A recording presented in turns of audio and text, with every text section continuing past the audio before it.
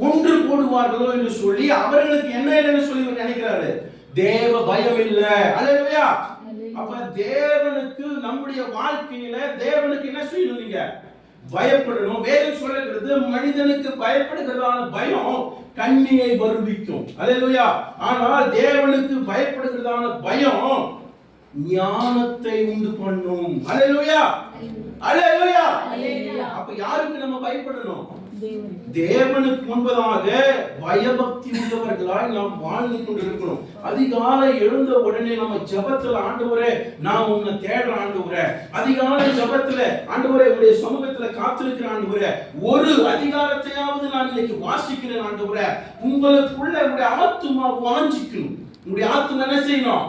தேவன் மேல பற்றுதலா இருக்கணும். தேவனை என்னவா இருக்கணும்? தேவனையே நோக்கி பார்க்கக்கூடியதான ஒரு விசுவாசியாய் நம்முடைய வாழ்க்கையில நம்ம இருக்கும் பொழுது தேவன் என்ன செய்கிறார்? தேவன் ஆசீர்வதிக்கிறவராய் இருக்கிறார்.